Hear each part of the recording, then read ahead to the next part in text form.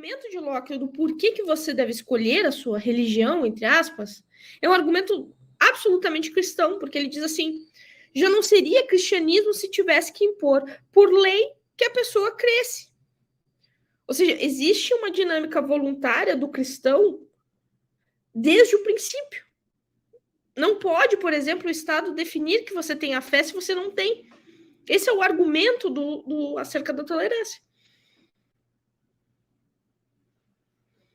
Uma coisa que é bem razoável nesse sentido, e é algo a ser discutido, é a noção de liberdade de culto, liberdade de consciência. Porque eu acho que isso está no âmago do debate aqui.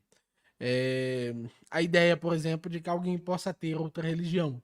A ideia, por exemplo, de que possa haver um protestante, de que esse protestante não seja considerado um criminoso, que a categoria para atribuir a ele seja inteiramente em termos de direito canônico, não em termos de direito do artefato jurídico penal habitual.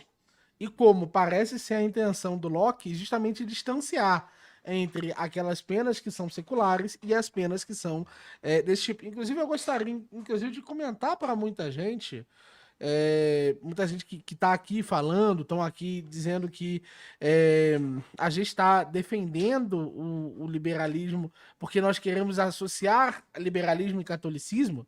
Eu acho que vocês não entenderam. Eu não me considero um liberal, eu sou um libertário. Na verdade, os autores que me influenciam.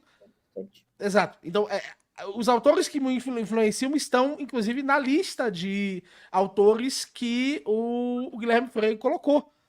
Autores que ele chamou de libertarian e que ele disse, não, esses autores estão fora. Então, do meu ponto de vista pessoal, eu poderia sair dessa treta. Eu não tenho motivos para fazer isso. Tá? Sim, então, exatamente. Então, é uma coisa que eu tô... a gente tá fazendo essa defesa porque é o certo. Porque é deturpar um autor que tem uma tradição e que influenciou uma série de outros autores e que é feio quando você faz esse tipo de deturpação.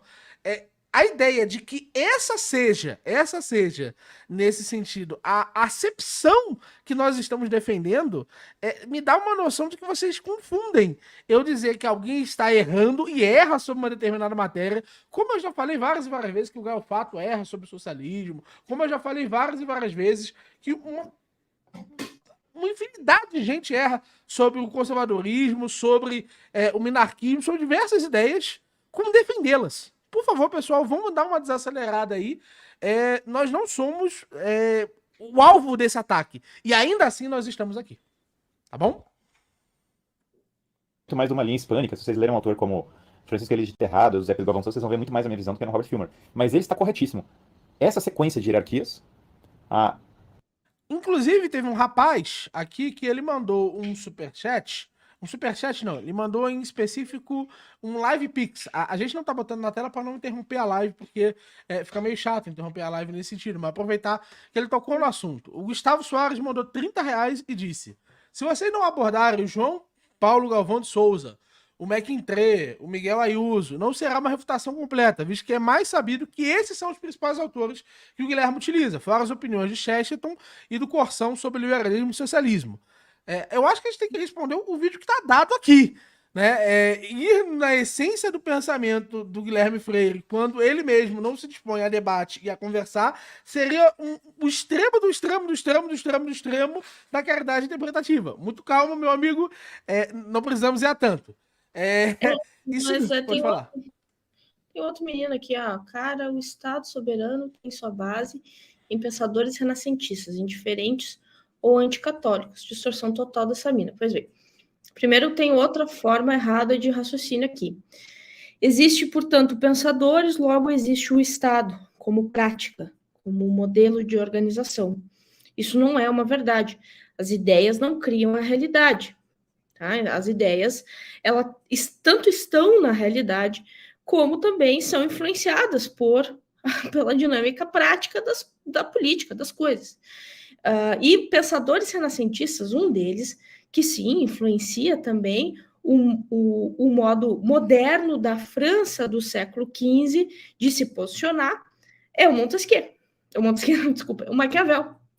Então, por exemplo, uma discussão que você pode ver em autores, historiadores ingleses, principalmente, que são os preferidos, que ainda estão fazendo a discussão sobre a história das ideias e como as ideias influenciam na dinâmica histórica e política, que é mais ou menos um raciocínio que parece ser caro para você, é o Adam Watson, por exemplo, quando ele está falando sobre como a razão prática da obra de Maquiavel se torna, a partir, principalmente de Hobbes, uma razão de Estado.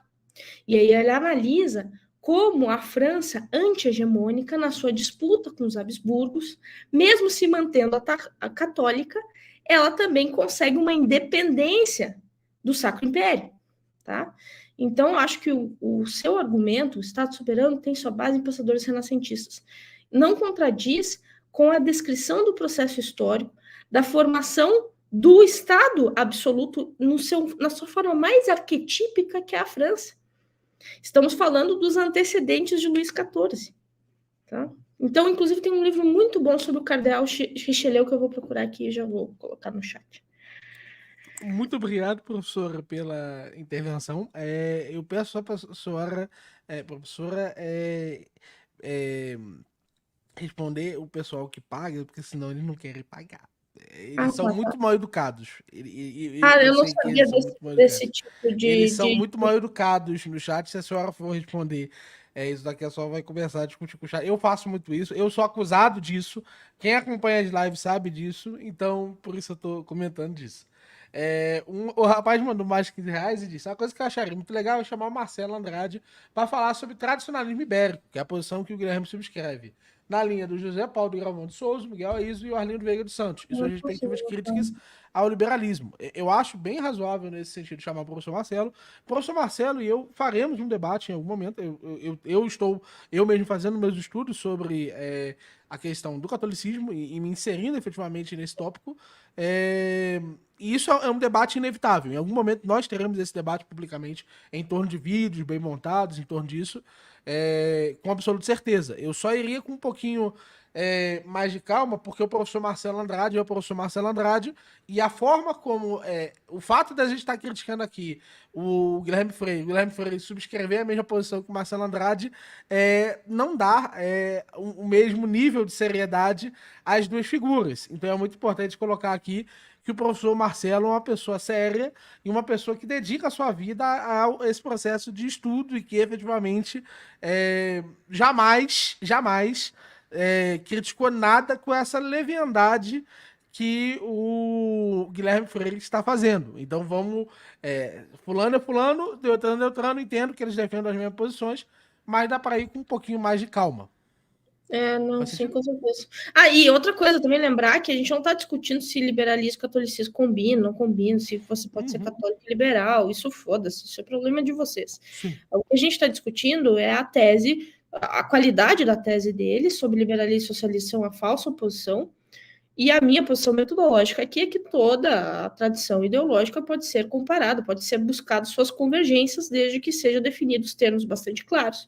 E veja que essa convergência, essa possibilidade de comparação não é só entre liberalismo e socialismo, pode ser entre, por exemplo, socialismo e conservadorismo, como eu citei o exemplo do Marx, falando sobre o conservadorismo socialista. Excelente. Dá play. É a base de uma sociedade tradicional, sempre foi.